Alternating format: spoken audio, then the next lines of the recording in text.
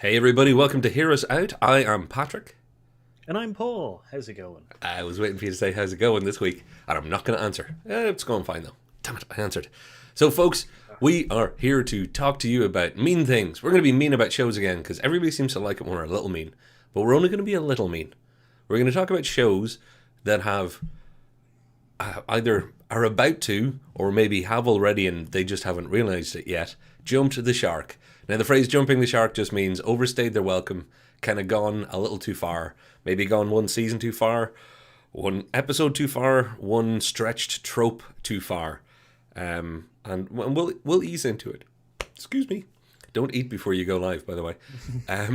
Like, he was literally eating Literally. 2 minutes before the actual thing. Yeah, it was really, really silly I, choice. I also know that a lot of people think that jumping the shark also can be attributed to one event in the show as well. But we're like, some of the examples that we'll have aren't attributed to a single event. It's just that they may have told their story and then they could have finished, but they've decided to go on or anything like that. You know. And I've just realised I need to add a little GIF for the more you know, because I'm about to do a whole the more you know section. Did you know that jumping the shark came from Happy Days, where the Fonz, famous for that, quite literally jumped water skied over a shark, and it was considered the point where Happy Days had just eaten its own tail and lost its own mind. Personally, I have actually seen most of that episode because it's very easy to find online. I used to love Happy Days as a kid, and I think it's completely in line with what I think of when I think Happy Days, because the Fonz was still wearing a leather jacket, even though he was jumping over a shark on water skis. That's the watershed moment of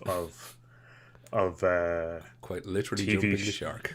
Yeah, like it's where we get the phrase from.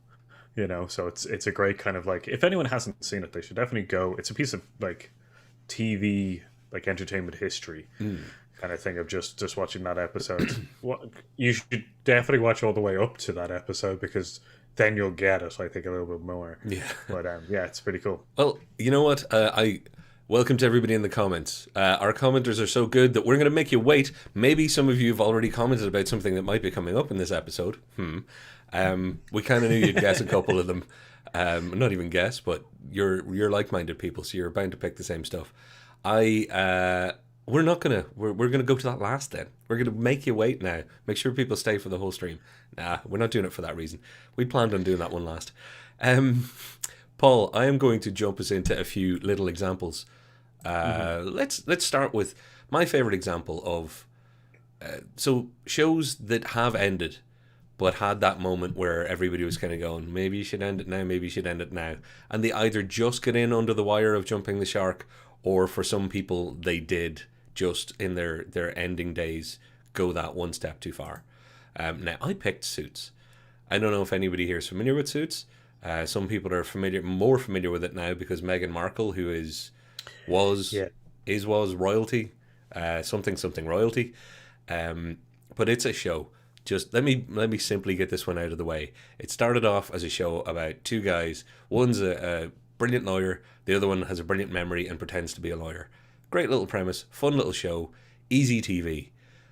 But they have this thing called getting your name on the wall. It started off in the first season as that's the aspiration. If you're a good enough lawyer, you'll become a named partner and you'll get your name on the wall. And I'm not kidding. By the end of the show, even the people they'd only introduced in the last season and a half, by the end of the show, their name was getting on the wall. If Suits had kept going, they would have not only needed a bigger wall, but to up the stakes, they would have needed their main characters to run for office like presidency. Because there was no more escalating. Everybody had achieved maximum everything. And it was just being its own little drama. Don't get me wrong, I love it for what it was. But if it had gone on any longer, it would have absolutely Fonzied right into the air on two skis. There you go. Zane, Spector, Litt, Wheeler, Williams. I think that is the lineup that it ended with. Maybe. Not even, actually. That's not factually correct. Don't bother correcting me. I know what's wrong with it, but let's not all be Suits nerds together. So see, this is the fun. This is the fun thing, is I don't know about Suits at all. You love it. I haven't watched it yet, and it's one of those things that you've now like you haven't I like won't I like the you spoiler haven't warning ruined for the anything. whole show, by the way. Yeah. You haven't ruined anything because like one it's they're fairly easy concepts and more than likely they're going to end up like on the wall kind of thing. I just like the thought of you going. It just has to end with them like running for office. And like you said that my first thought was that wall being destroyed, and it's like a recess of like, all right, well the wall's been destroyed, so none of you are partners anymore, and you have to work to get back on that wall. It's a new wall.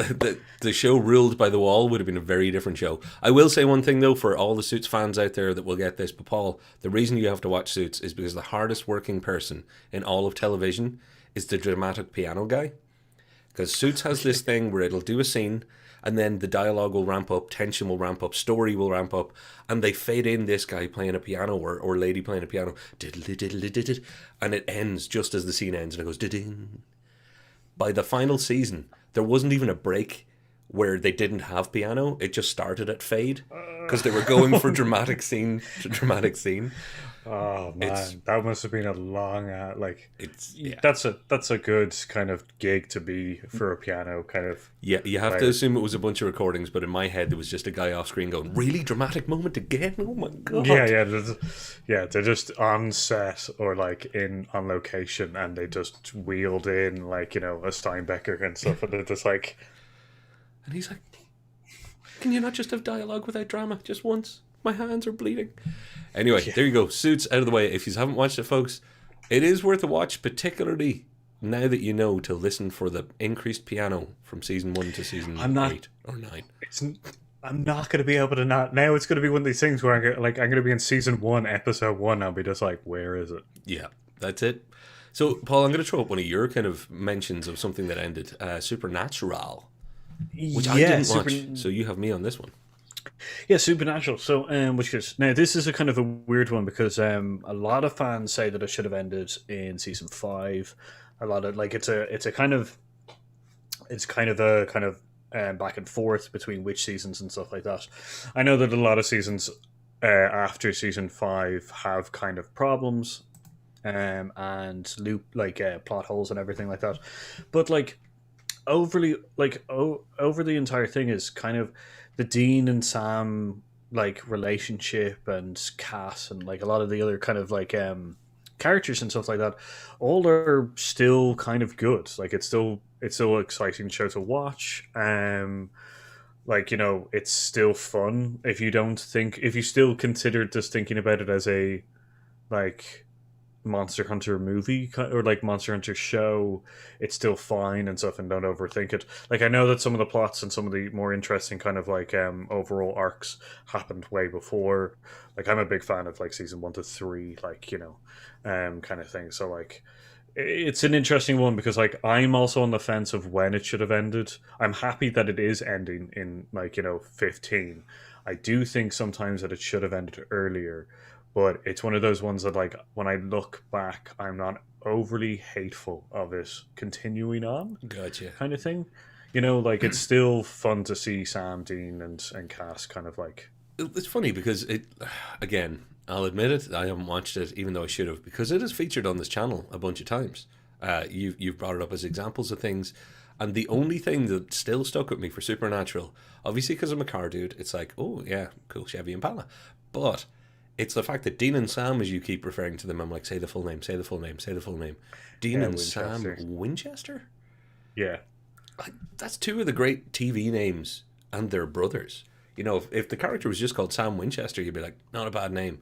But Dean Winchester, and then they're driving around in a, like, according to you, in a cult arsenal-filled, like Chevy Impala.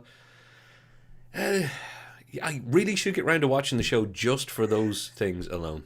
Like Good names. yeah, it's great naming. The like it's even like a 1963 Chevrolet Impala. Like that's how much the show has like taught me. Like there's also like the which goes 1964 Mustang as well, and a couple of Okay. other like there's a couple of other nice. I'm probably getting it wrong, but there's a couple of Yeah. other nice like older cars and stuff See like what he's that doing, are folks? really He's really selling. nice.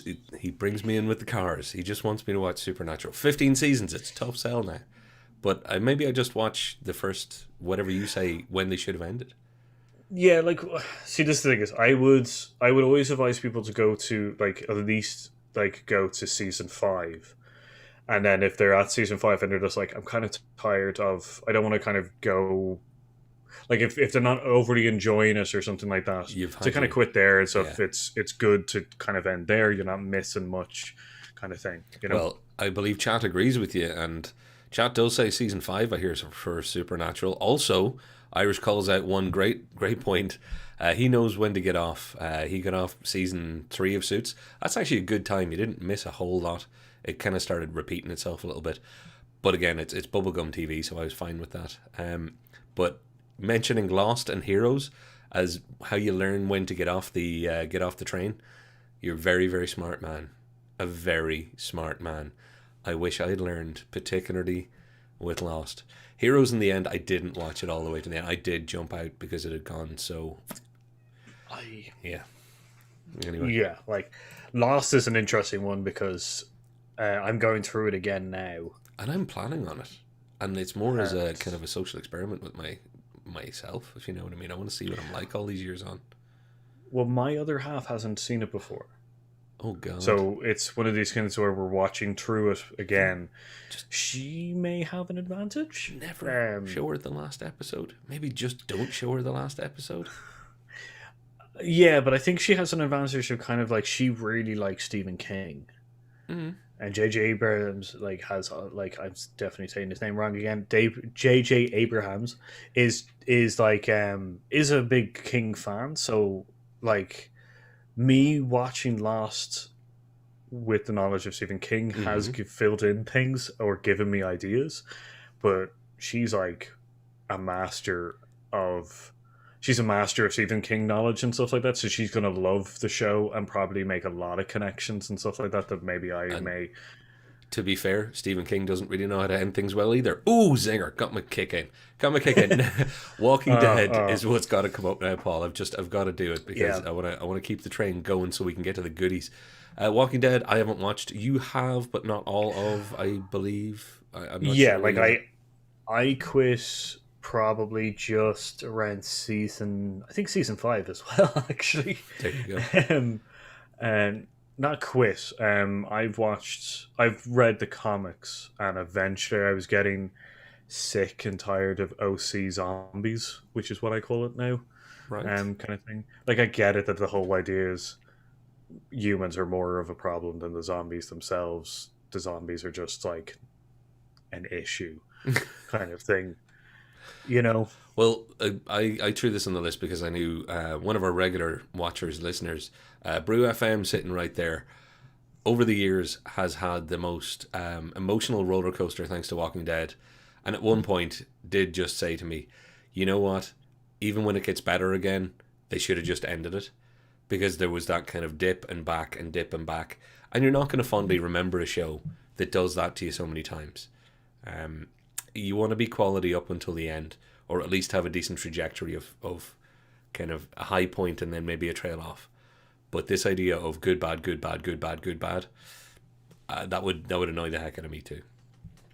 Yeah, like it's yeah. I think that's where I kind of got sick of it, was just the kind of it became not monster of the week, but essentially villain of the season Right. a lot of the time, and I was kind of getting sick of that kind of element to it.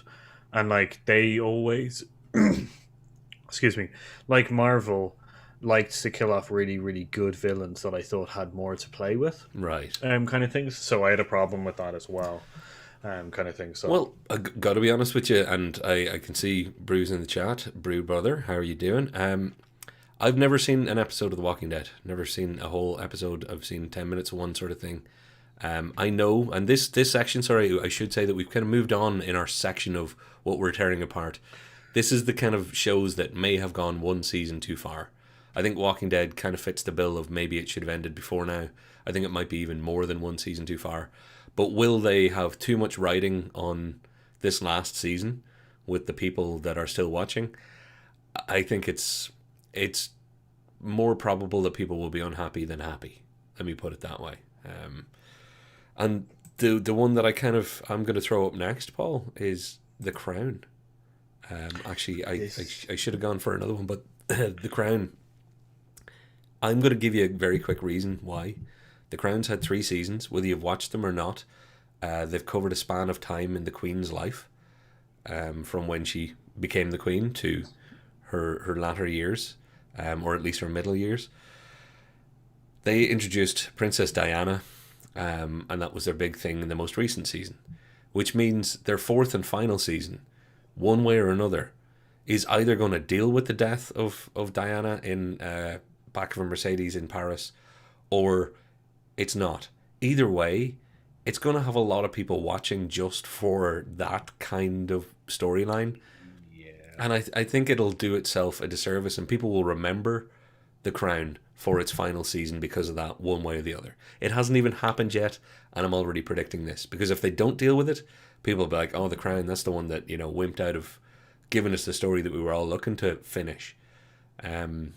They would have been better off finishing on the last season. That's my take. I get that, yeah.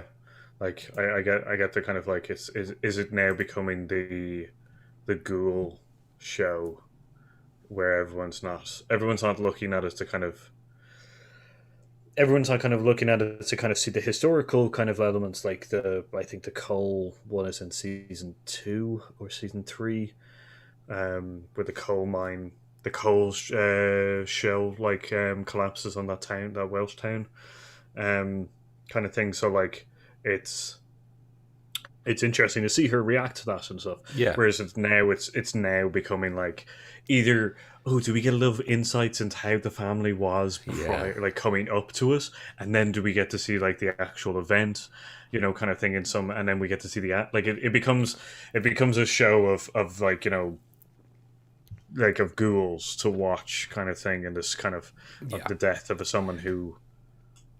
Like we've talked about this before. I have no interest in the Royals. I watched The Crown season 1, thought it was good. Watched season 2, thought it was good. Watched season 3, thought it was actually good. I wasn't watching for the subject matter, but because of where we live and the life that we've spanned. Heading into season 3, it was overlapping with events that we lived through, and particularly I lived through. But that's the thing. They're now heading into the tabloid era. No matter, even the Diana thing aside, I'm not sure what interesting stories they're going to tell. I'm sure they are going to pick interesting things that happened, Mhm. but people's minds, you're right, it's going to be the Ghoul show. I can see some of our commenters agreeing, which is great. Also, I've only watched season 1 and 2 of The Crown. Great TV. Think it will go downhill for season 3. Um, and I'm just running back to one from MGTV. So, Ethan, you have shows that go past 5 seasons that become bad shows with a few decent episodes sprinkled in between. It's all too often the case. Shows that beat that are rarer than they're not. I'm not saying they're pure exceptions, but on balance, I think you may have something there. I don't think it's a rule as much as you could probably say that that's true 30% of the time at least. I'd say a lot more, Mm, unless they have specific kind of formats. mm. Like South Park is more than 5 seasons and stuff like that, but they tend not to Different do, kind of show, yeah. but they also tend to not do overarching, like it's not generally overarching plots. It's generally episode by episode kind of Yeah. thing. So it's more along the same. My thoughts on kind of shows like that, because I know The Simpsons and a couple of other animation shows have gone into longer arc episodes or longer arc kind of things, um, and that's caused problems. But I count South Park more like a talk show kind of thing I know now, what you mean, yeah. as in it's more doing Just an episode episodic. commenting, but it's episodic and commentating on the current events that's going on. So it's kind of like a talk show in the sense that it's highlighting the current events that are going on, like Last Week Tonight and stuff like that. It's highlighting last week or the thing that's in the news. So Yeah. a little bit I'm different. just I'm smiling at the chat for a couple of reasons. I want to say, chat, you're brilliant tonight, by the way, all of you. Thank you so much. We're not gonna be able to call out everything that's said here, but anybody who's watching us, I hope you're reading the chat. In the future people, forgot to say hi to future people. Hi, future people. Like, share, subscribe, all the good stuff. I know the people in chat have already done that. You've already hit like, haven't you? Most of you, I think, have already subscribed. I hope. Share. that's just share. But I'm seeing British people that aren't watching British TV and people who aren't British watching British TV. I also want to welcome back Shobit Singh. CNN is fake news. Not sure what it's in reference to, but you know what? Hopefully you're helping our analytics. Anybody wants to shout out something random in there, fine. Maybe leave it in the comments afterwards as well. Anything that helps helps YouTube see us. CNN isn't a feature right now of this, but what is a feature is something that has been mentioned in chat that I artfully avoided, and that's Stranger Things. Now, Paul. Now, guys, everybody, guys, everybody. Okay, let's take a swing at this one, shall we? Stranger Things. It's a show. It's a show. Yeah, sure, it's a show. It's predicated on kitsch timing. I feel like there's somebody somewhere who's done a pitch meeting going, you know what? You know what would be great? If something was very 80s in places, if, we had a lot of nostalgia in it.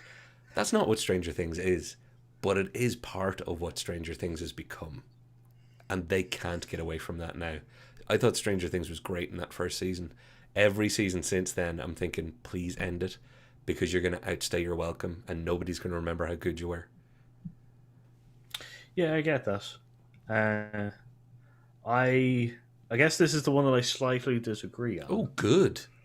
Like, this is I was keeping this in my pocket and kind of going, yeah, this is the one that I don't agree with. I think where we're saying that this is either an episode or maybe one season, or like it's gone over the line. But it's running the danger of going one season too far. Like, I'm happy they're doing a next season. Now that they've put themselves in that position, I would have been happier if they had planned on their third being their last, I guess. Yeah, like that's whereas I'm like I think that the fourth season is needed. I think it's a good way of going about it and stuff. Like they've already built an interesting kind of background kind of story that's been going through the whole thing, which is like everybody seems to be interested in this kind of realm that isn't like, I guess my problem is that I'm very much like a Cthulhu kind of fan, like the Eldritch kind of mythos. So like Stranger Things plays directly into my kind of like this is great kind of stuff, and it's secret organizations that are now also like it's not just America, it's now Russian and stuff like that. I'm digging all that. I don't. So like, I guess after season 4, if we redid this, I could be taking a whole different tune kind of thing. Look, if they get it right, it's always good. But my worry is that all those great things that you've called out, and that's why I did my little boardroom kind of guys, one of those people who's like, let's make sure we inject a whole lot of nostalgia. Make sure you have a Casio watch in every scene. If it gives into its stylization and doesn't pay off on the stories that they've set up, it'll tarnish the legacy. It'll be like Lost. Lost was really good in season 1 and 2. People don't remember that now because of the other seasons. And I'm worried that people won't remember how good Stranger Things was if they take a severe nosedive. Don't get me wrong, if they get it right, which is what I'm hoping, I'm with you. I'm hoping. But yeah, it's nice that you're the hopeful one and I'm the one kind of going, I fear this. That's good. Well, it's always good because it does flip flop a lot with certain things. So, like I think that season 3 was better than season 2, kind of thing. I think it was like season 1 was amazing. It was new. It was fantastic. It was something cool. Season 2 had a lot to play up to, and I think in elements it failed. Like I think it brought in too many subplots that it did not tie off. And I think season 3 was better because it brought in this kind of one overarching kind of plot, kind of thing. It was very like Invasion of the Body Snatchers, which is a very 80s kind of movie as well, kind of thing. So it gave me that kind of vibe as well. It still played to the D&D thing. I'm a big D&D person, so I'm pretty cool with that. And like the references for kind of the pop culture stuff was coming in a little bit more kind of stronger back to like elements which are better or like more current in the kind of psychology stuff. I loved it, but therein lies my fear. I have a lot of love, but not an awful lot of trust when it comes to it all. Don't get me wrong. Can we both agree on one thing? If they nail season 4, let's hope that they really do end it on season 4. Because if this turns into a 9 or 7 season show, it's going to be very difficult with the cast they have and the story they're telling to not end up getting it wrong somewhere along the way. Well, my thing is that if season 4 is really is really good, and they like pitch it up for a season 5 kind of thing, but they come clean and go season 5 is the ending kind of thing, I'd be like, I'm not sad about that. Like, I'm not gonna be sad about them going past it. As far as I know, 4 is planned on being the last, but you never know. Money in Hollywood makes decisions. Yeah. Again, I'm in the same position on the next thing I've just pulled up, Paul, which is Ozark. Ozark, I loved. I was banging on to everybody that would listen to me, watch Ozark season 1, which all there was season 1. This is great, this is great, this is great. Jason Bateman's great. I like Jason Bateman anyway. I like Laura Linney anyway. I like the show. I'm not going to, spoiler warning, I'm not going to tell you all the details, but suffice it to say, this is Jason Bateman being put in a difficult situation with some very dangerous people, and he's a very clever accountant when it comes to money laundering. He then starts growing into the criminal lifestyle, and as season 2 progresses, etc., he and his wife and his family become more the crime family, but it starts getting kind of out of hand in places in season 2 and again in season 3, and I feel like if they're going to end up having him become Pablo Escobar, it's going to be just too much. If he is, it's going to have diminished that really cool premise that they started off with, if they just have to go, yeah, everything has to become the ultimate expression of this. It's like, yeah, well, you were telling a good story, but you don't have to just keep turning the volume up, until, okay, there's no more volume left, now we'll end the show. It's like, get it to the right level, keep it there, tell the story, and then get out. That's words to live by for a lot of these shows, I'll be honest with you. Like, that's the kind of thing. Yeah, I get the point of kind of like, yeah, just keep turning up the drama and up the ante and stuff like that, and you're going to go too high, which I would say is actually what happened with Supernatural. That was a big problem, that they turned it up to a level in which there was no coming back from, really.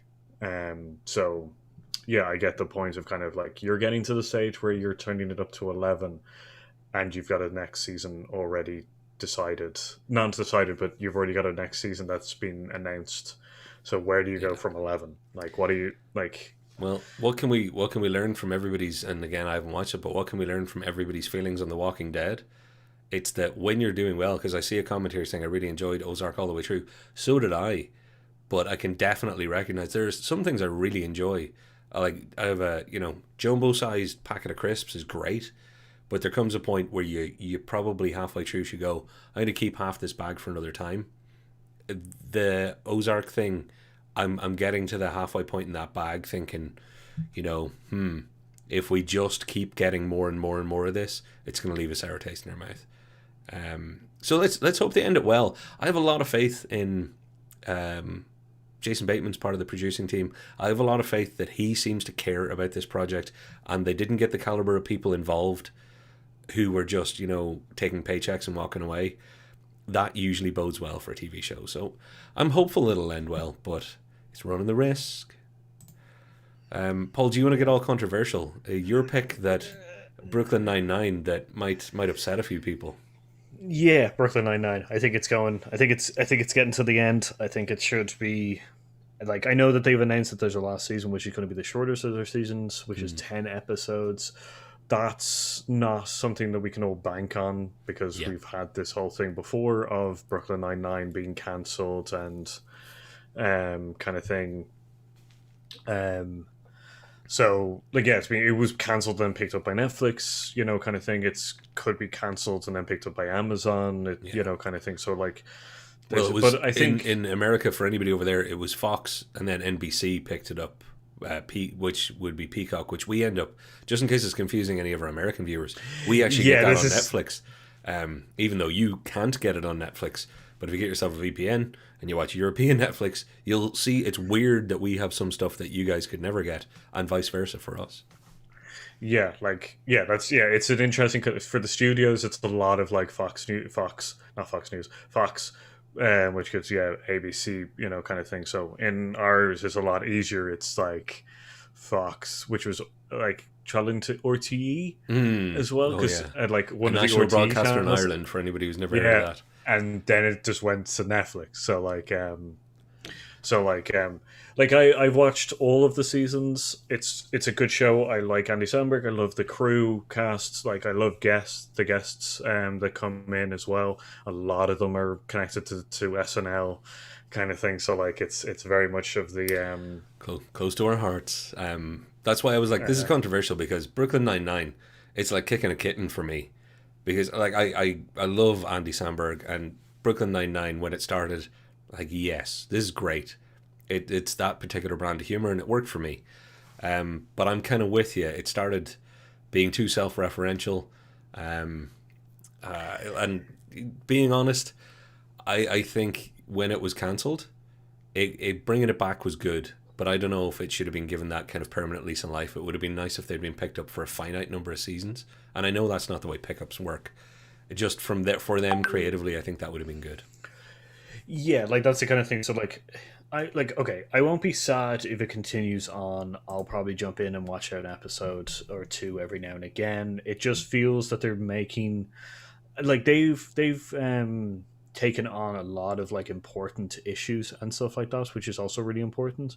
But the show was more about like I'm not saying that they shouldn't do it. I'm just saying that they shouldn't make it essentially a pillar of the story or like of the writing that they now need to take on social social issues and stuff like that. I'm saying bring it in when it's appropriate. Maybe don't make it essentially look we're doing the thing, Well, kind of thing. Like it's funny. See, I've missed a lot of that because I haven't seen the recent season, and that which is a good indication of as much as I love it, I'm not in a rush. Like I know that I'll pick up Brooklyn Nine-Nine again, but things I really like aren't things that I just leave sitting on the shelf and I go and get them. By the way, Paul, I have to go to chat for one specific reason. I don't want to Okay. embarrass anybody, but there's somebody who doesn't get to join us live very often and who comments regularly on our videos. KittyCat738, I want to call you out as just brilliant. Great comments. You're a future viewer usually. You get all that stuff because you're not always available to watch live. You're great part of the community. Really, really appreciate it. And again, calling out interesting stuff about Brooklyn Nine-Nine. Is the writing different these later seasons, or is the idea just run its course? You know what? Sometimes I think if you were to try and say the idea, that idea was so flimsy that could it ever have run its course? It's just fun, like police precinct stuff. But I think what Paul's hinted at is maybe part of the reason that it kind of started to seem like an idea. If they were trying to tackle social issues too head on and not doing it well enough, then that would be a real issue. But I do think the writing was getting stale kind of back when they got cancelled the first time round. like yeah, it's one of those things where it's just like you need it's a comedy show, it's a comedy cop show kind of thing. There's good elements in which it brings in social kind of like issues and stuff and does them really well. um and it seems more natural kind of thing, but like when you get to like season 6 and 7, like Peralta is just, which is Andy Samberg's character, Jake Peralta, you know that he's just a man child, kind of thing. And it's like there's no with this is I always find with the comedy side of things is it doesn't feel like you can overly develop characters, because if you develop them too much, then they go outside of what they were before and what people love of them. Yeah. So like it always runs its course in that sense, and kind of like you're stuck in a time vortex for certain characters because they can never grow fully. I have a question for you and a question for everybody else, and I know exactly why it was asked. Anyone else freaked out by Stephanie Beatrice's real voice? Yes.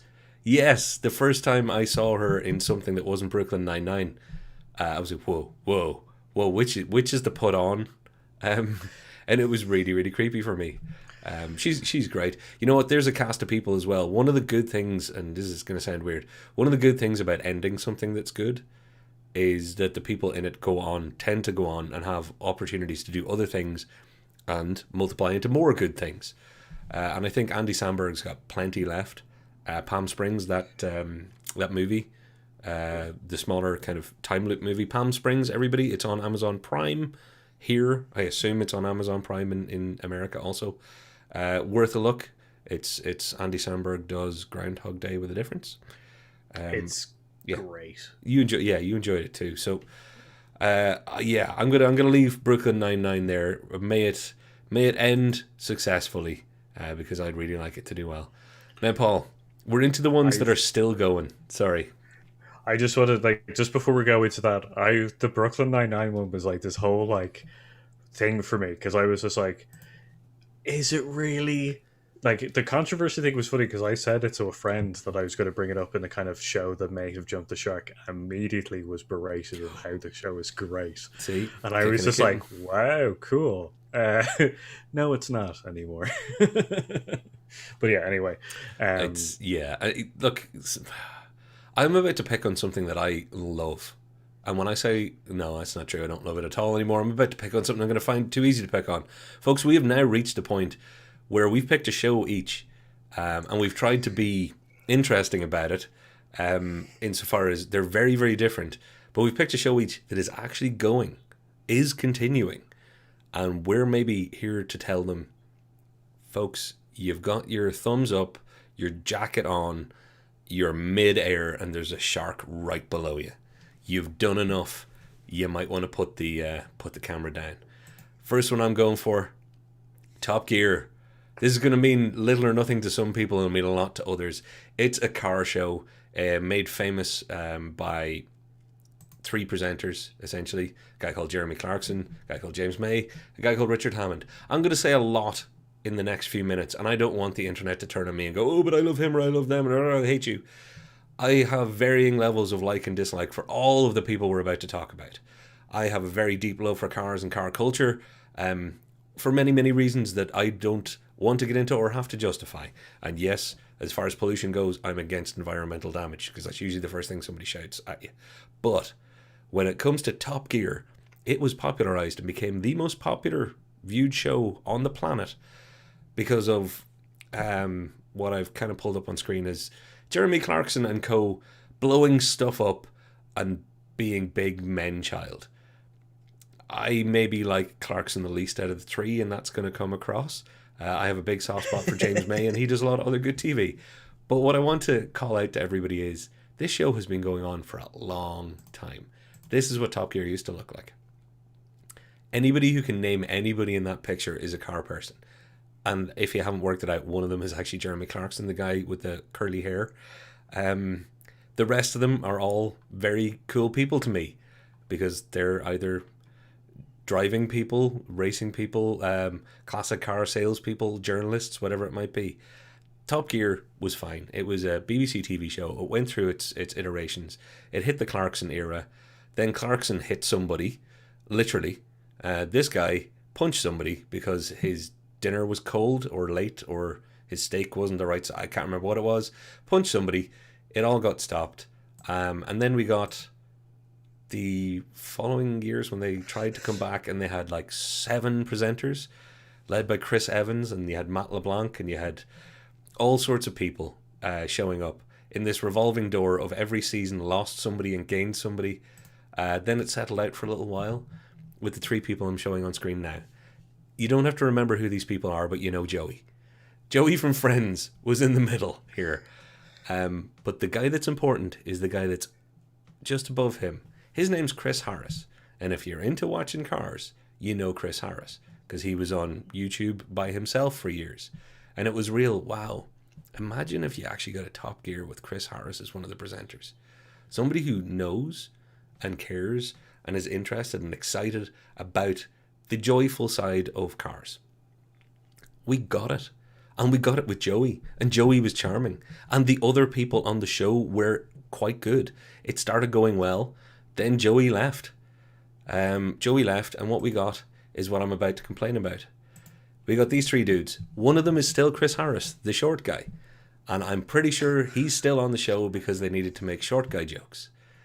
he is a good or a great car journalist, or journalist in general, depending on how you feel about it.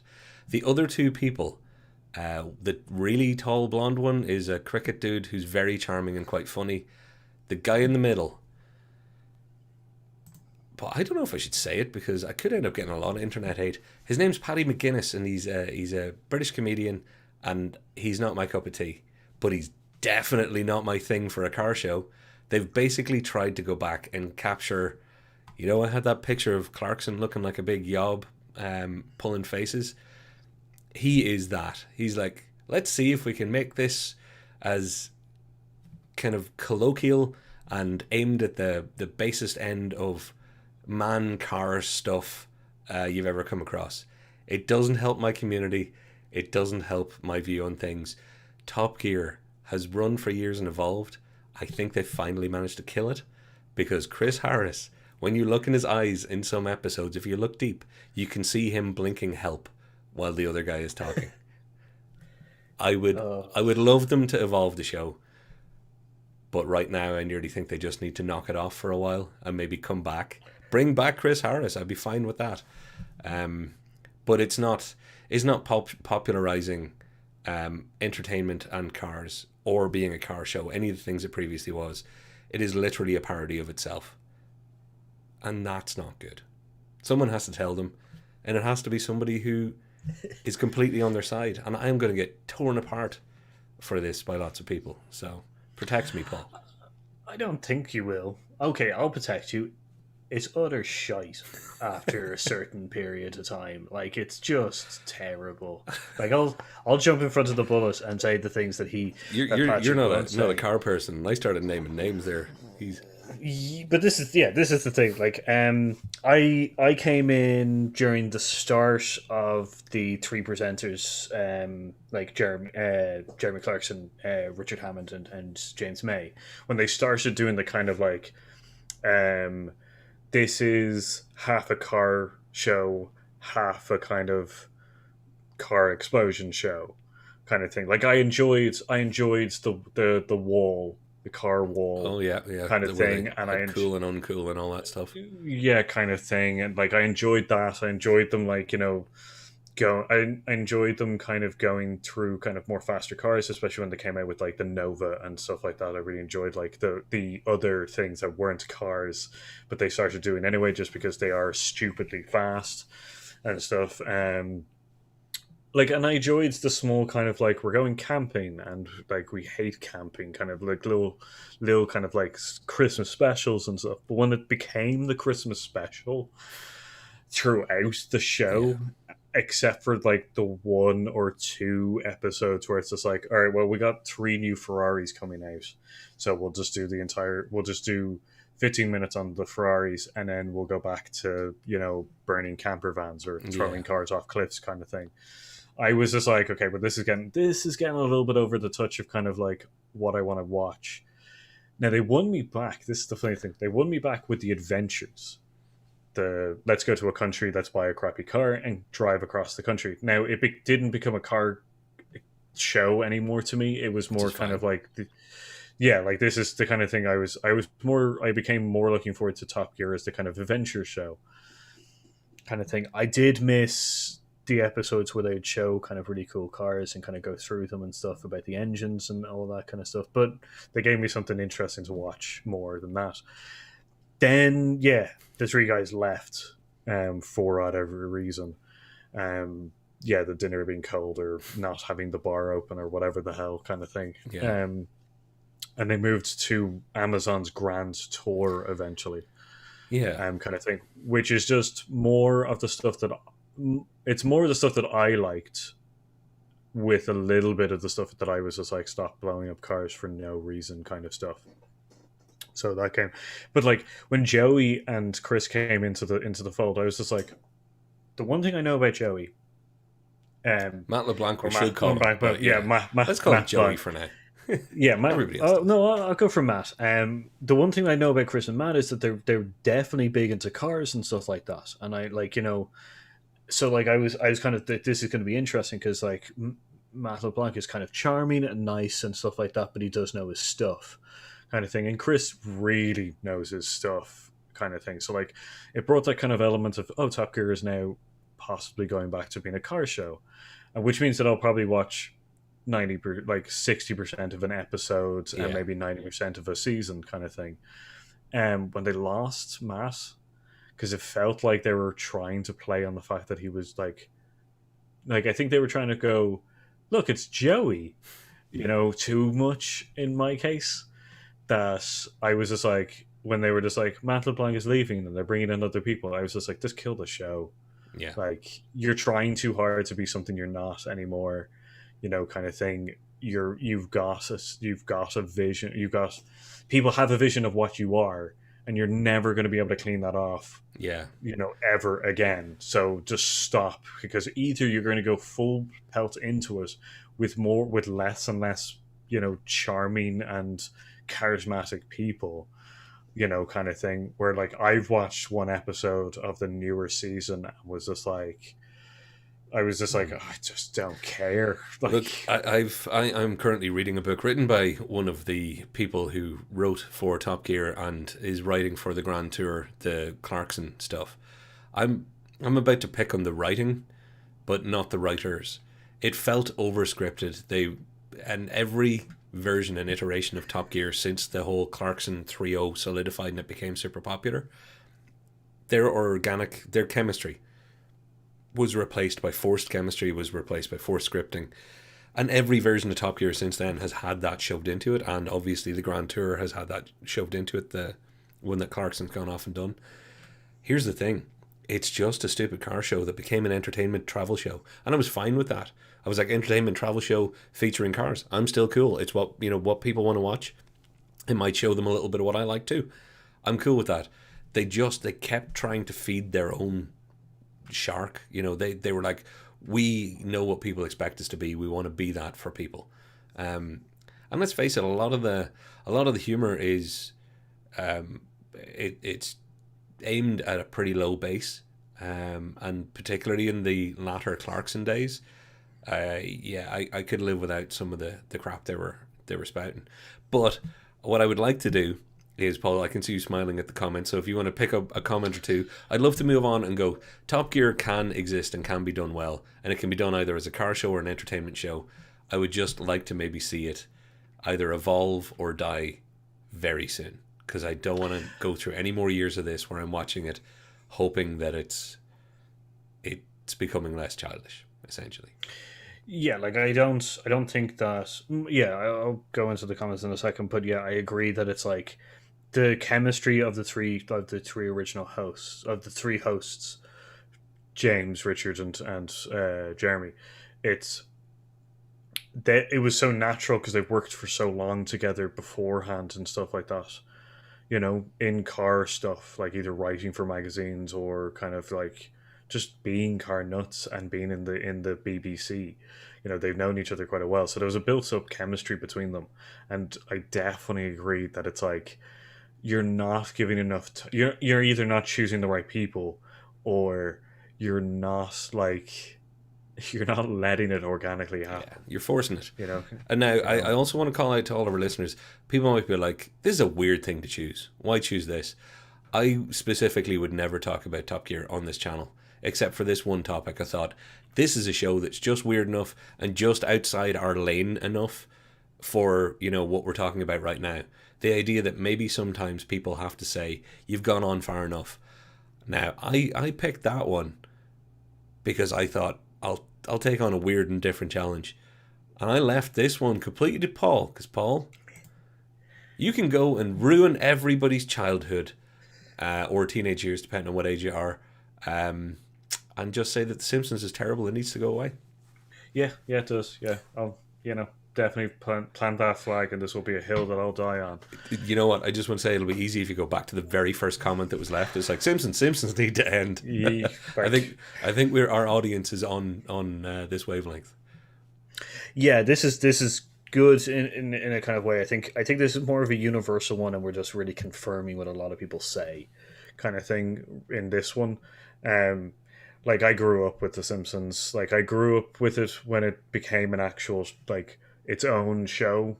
not the years where it was small segments on that talk show, kind of thing. So like I was there when it started in the kind of like the early '90s as its own show.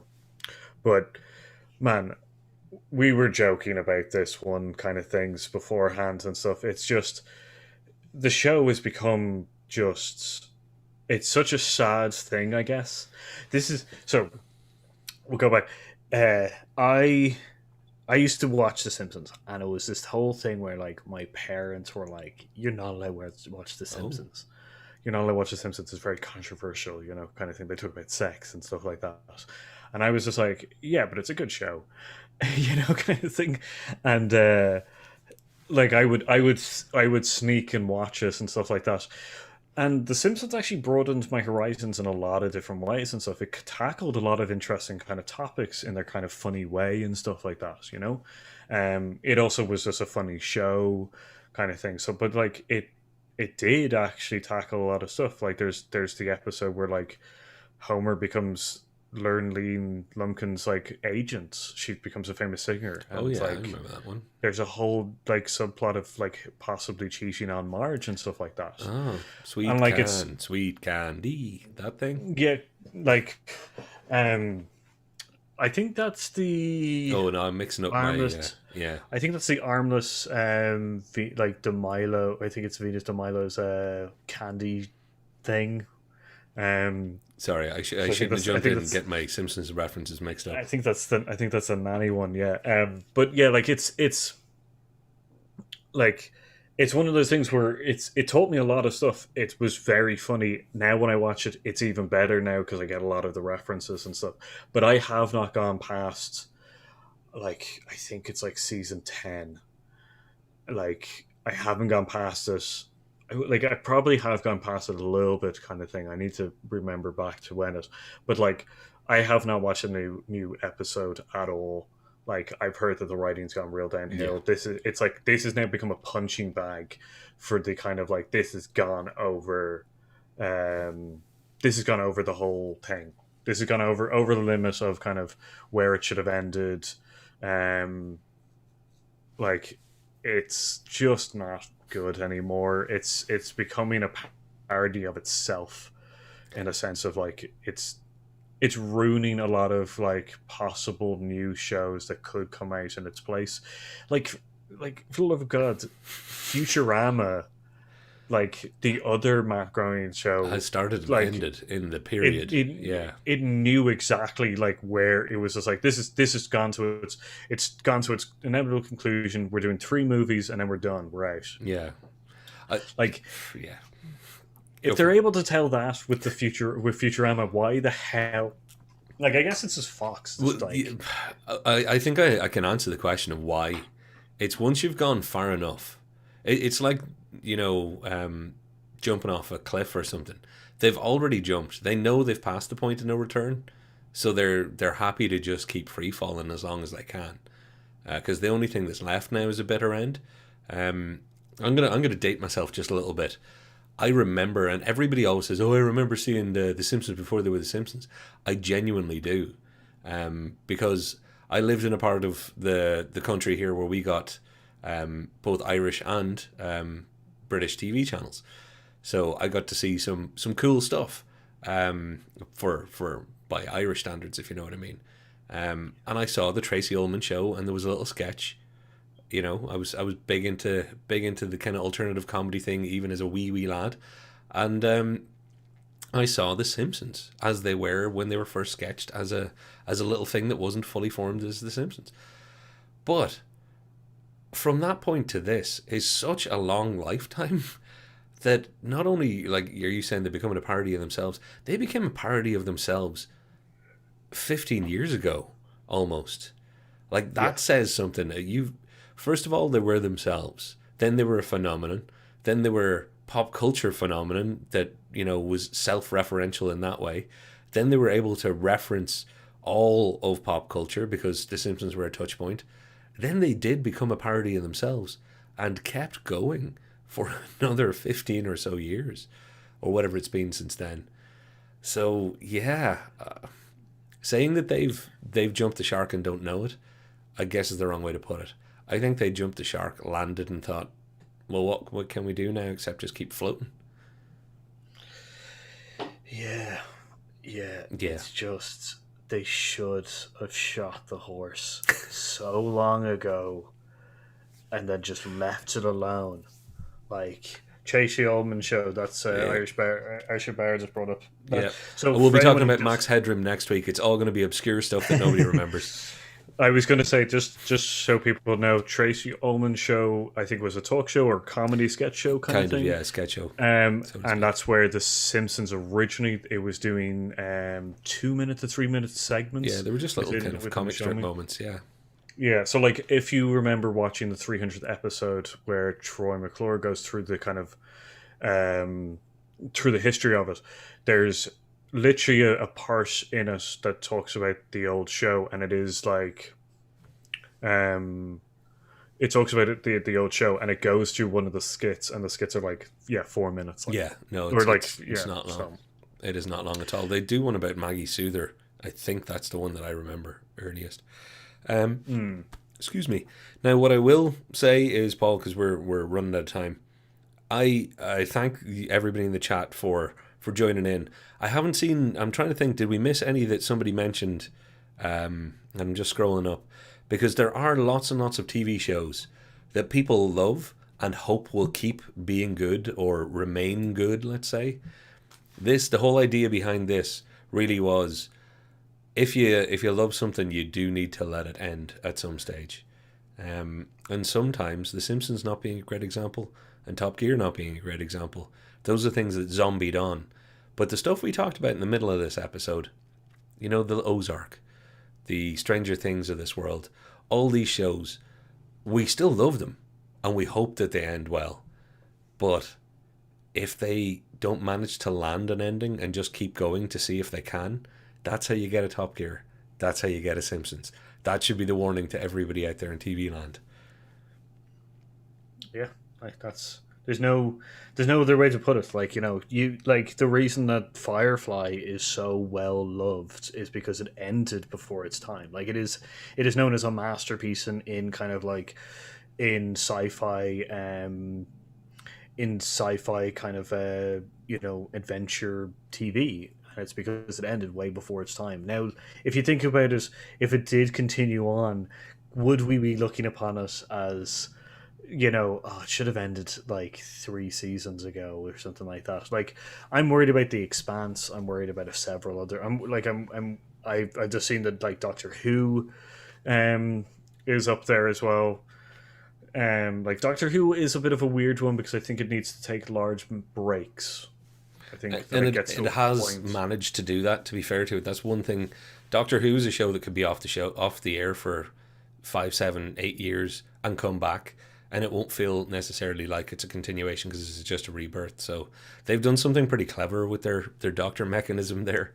If you're going to write a long running show, that was a way to do it. Yeah, and I think my thing is that I think after Matt Smith, they should have stopped. Now, Peter Capaldi is really, really good. I really do like him as the Doctor as well. He's a bit of a more wild card one kind of thing. But if they finished after Matt Smith and was like, we're going to take like a 5-year break, kind of thing. We've done I would have been great. You've left me with such a good feeling on Doctor Who that when you come back, I'm going to be there for you, no matter even if you don't come back in 5 years. So. Well, we're down to our last 60 seconds, so all I want to do then is say to everybody, thank you very much. I have to call this out. Grey's Anatomy will end in season 20. Grey's Anatomy's still going. Oh my god, is Eeyore still on the air and no one's told me as well? I'm gonna turn on my TV and Cheers will still be on. It'll be on season like 42, and I've just missed a load of them. I cried at the last one, so I hope there wasn't more. Thanks, everybody. Like, share, subscribe, all that good stuff. Paul, I'm going to throw in a quick shout that we're doing an episode in a few weeks' time that will be an Ask Us Anything. So ask us in the comments. Ask us via Twitter. You can get in touch with us with all the socials and all the rest that are in the description down below. You are all great. Paul? I was actually, funny enough, just messaging you going, Are we mentioning the MMA in this episode, or is it? And or I've is got it everything next on mute, so I wouldn't have seen it. Okay, well, thank God, because I was, should I say it down? But yeah, we're going to do an AMA. Yeah, so ask us anything, and it can be about us, about YouTube, about our favorites, this, that, or the others. We'll answer anything that we feel comfortable answering. And on Twitter, use the hashtag HearUsOutTubeAMA to get your questions in, so that we have them all in one location for us. It will make admin a lot easier. Look at Mr. making it handy. All right. R.I.P. Coach. Kitty Cat just did it to me just as we're in the episode. Now I'm thinking about Coach from Cheers. Thank you very much. Thank you for being an awesome commenter. I'm so glad you got to join us live. Thanks, everybody. Paul, how do we end this thing? Thank you very much for watching. I've been Paul. I've been Patrick.